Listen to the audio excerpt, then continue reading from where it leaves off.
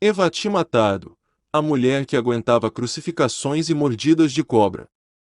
A sensação da época, a mulher que ri da morte, nada pode matá-la, diziam os anúncios que promoviam os shows dela no final do século XIX. Mas, além de um espetáculo, Evati Matado era um enigma para a ciência. Era sem dúvidas a mulher mais extraordinária e estranha do mundo, de acordo com o jornal The New York Times em 1897, que a descrevia como uma pessoa conhecida pela comunidade médica por anos e que era um mistério para milhares de médicos dos Estados Unidos e do continente. O que os cientistas e o público em geral viam não era apenas impressionante, mas também inexplicável. Dia após dia, no palco ou nas salas de instituições médicas, as pessoas testemunharam a capacidade dela de resistir a venenos poderosos e ferimentos graves, mantendo-se serena. Mas não era só isso. Em 1 ou 2 horas, as feridas cicatrizavam. Além disso, ela também controla a circulação do sangue, continua o texto do The New York Times. Podem fazer um corte até em um ponto onde não há maneira de um cirurgião interromper o fluxo de sangue. Tado, entretanto, consegue interromper o fluxo em 1 segundo e logo depois permitir que o sangue volte a fluir. Embora seja aconselhável ler os jornais do século XIX com um ceticismo saudável, me parece improvável que todos os jornalistas estivessem mentindo sobre a mesma coisa, que todos os médicos estivessem errados e que até o ilusionista Harry Houdini tivesse sido enganado, disse a escritora Bess Lovejo à BBC News Mundo, que pesquisou a história de Evati Matado. Uma história que inspirou, além de passagens em livros que procuravam explicar o inexplicável, inúmeros artigos em jornais que noticiavam o que acontecia em seus shows e as experiências feitas longe do olhar do grande público, com depoimentos dos médicos que a examinaram em ambas as situações. Em seu artigo, O Extraordinário Corpo de Evati Matado, escrito para a Wellcome Collection, Lovejo nos leva de volta a um dia em 1898, em Chicago, quando Evati Matado, uma jovem pálida com cabelos escuros, chegou ao teatro, vestida com um casaco longo preto e um vestido decotado de seda preta. No palco, ela colocou as mãos dentro de uma caixa e o sibilar de cascavéis podia ser ouvido na plateia. Uma das serpentes cravou os dentes no braço dela. Um médico gritou: "Meu Deus!", mas Evatima não se moveu. Ela puxou o rabo de outras 3 cobras e sorriu tranquilamente enquanto elas afundavam suas presas em sua carne. Ser mordida por uma cascavel, disse Evati Matado ao jornal Interocean, de Chicago, é tão excitante quanto beber um uísque. E o uísque, ela esclareceu, não a deixava bêbada. Ela poderia beber 1 litro sem sentir seus efeitos. Em sua edição de 19 de fevereiro de 1898, o Topeka State Journal relata que, após receber mordidas de cascavéis com um sorriso, a mulher se levantou e avançou em direção a uma cruz que tinha apenas um braço. O periódico conta que Tado foi pregada naquela cruz pela 3ª vez em 2 dias, na frente de mais de 1000 pessoas. Entre elas, vários médicos que foram convidados ao palco. Eles examinaram os pregos, o martelo, a cruz e a mulher, e eles estavam ao lado quando os pregos enormes passavam pelo pé esquerdo e mão direita dela, fixando-os na madeira. Então eles esfregaram os olhos para confirmar que o que viram era verdade, se beliscaram para provar que estavam acordados e finalmente declararam que se tratava de um capricho da natureza como nunca antes registrado na história da medicina. O artigo relata que objetos pontiagudos eram cravados no corpo dela enquanto ela sorria e conversava com quem vinha observá-la. E que ainda permanecia na meia cruz das 8 às 11 da noite, sem demonstrar sinais de cansaço. Evatima diz que se divertia com a reação das pessoas. "Prefiro ser crucificada", dizia. "É divertido ver os rostos horrorizados dos meus espectadores. São mais de 10 desmaios em cada sessão, mas sempre voltam para me ver." Evatima foi examinada em um laboratório. E embora o cenário fosse diferente, o que aconteceu durante os testes científicos foi igualmente surpreendente.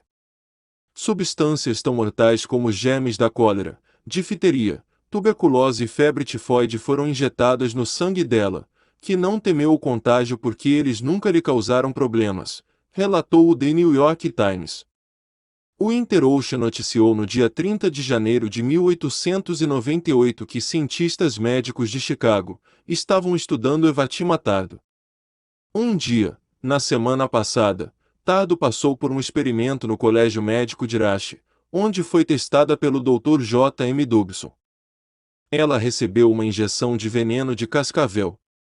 Segundo o jornal, Dobson raspou o veneno da ferida e injetou a substância em um rato, matando o roedor em menos de 10 minutos. Contam que a Faculdade de Medicina da Mulher também fez um experimento semelhante com um gato, e os resultados foram os mesmos. O animal morreu, Evatima Tardo não. Outros médicos queriam fazer mais experimentos. Mas foi a própria mulher que tanto os intrigava que acabou dando a jornalistas a resposta ao mistério que tanto intrigava os cientistas.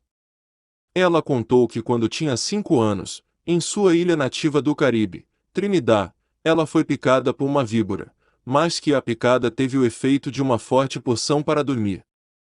Depois de passar várias horas inconsciente, ela se recuperou e mais tarde descobriu que era imune ao veneno de todos os tipos de répteis. Ela explica que a cobra deve ter tido apenas veneno suficiente para inocular seu sistema, tendo o mesmo efeito da vacinação moderna contra doenças infecciosas, relatou o Inter-Ocean. Essa explicação foi aceita por alguns dos médicos que estudaram o seu caso. Na verdade, casos semelhantes são conhecidos, embora não com uma única mordida. O lendário diretor do Miami Serpentarium, Bill Astor, que morreu em 2011 aos 100 anos depois de ser mordido mais de 170 vezes por cobras, converteu seu próprio sangue em um antídoto. Ele fez isso injetando-se com pequenas quantidades de veneno todos os dias durante décadas. As transfusões do sangue dele salvaram pelo menos 20 pessoas. Outro médico, William J. Barnes, que examinou Evatima Tardo em Minneapolis, acreditava que a picada de víbora na infância poderia explicar até mesmo sua incapacidade de sentir dor. Atribuo sua condição anômala atual à mordida de cobra que recebeu quando criança. Essa mordida paralisou seus nervos sensoriais e inoculou seu sistema com o veneno, escreveu em um comunicado à imprensa.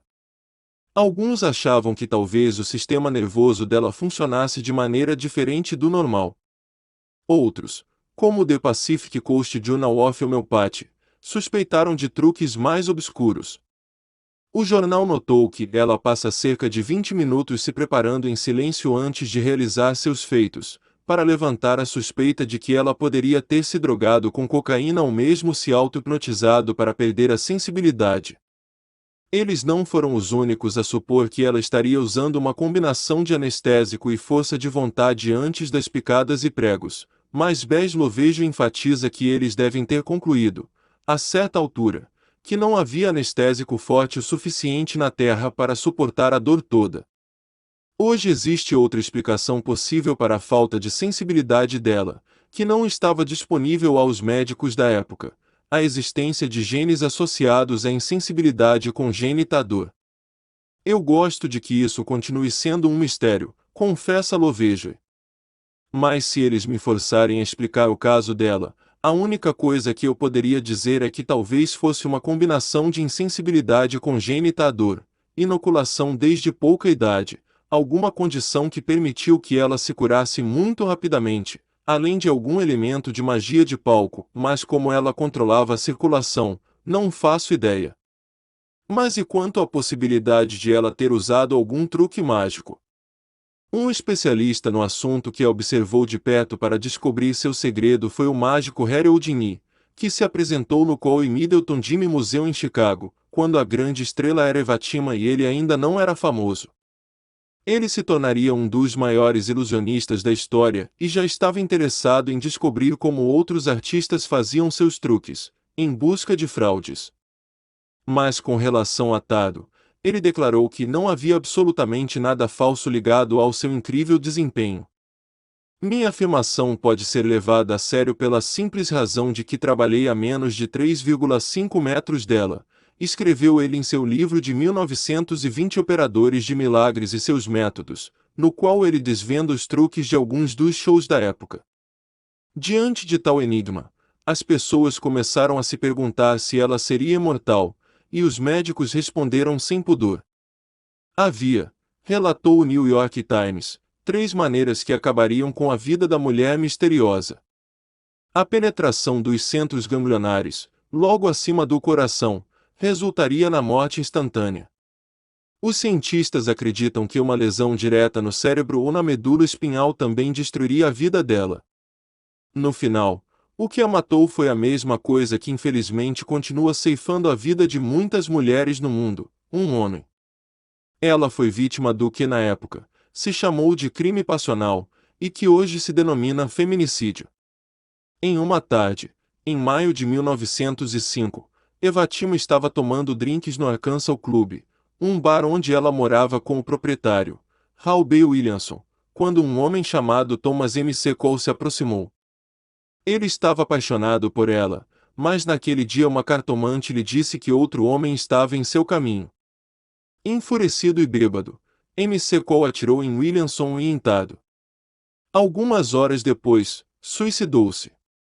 Evatima Tado, que tinha 34 anos, foi atingida no coração.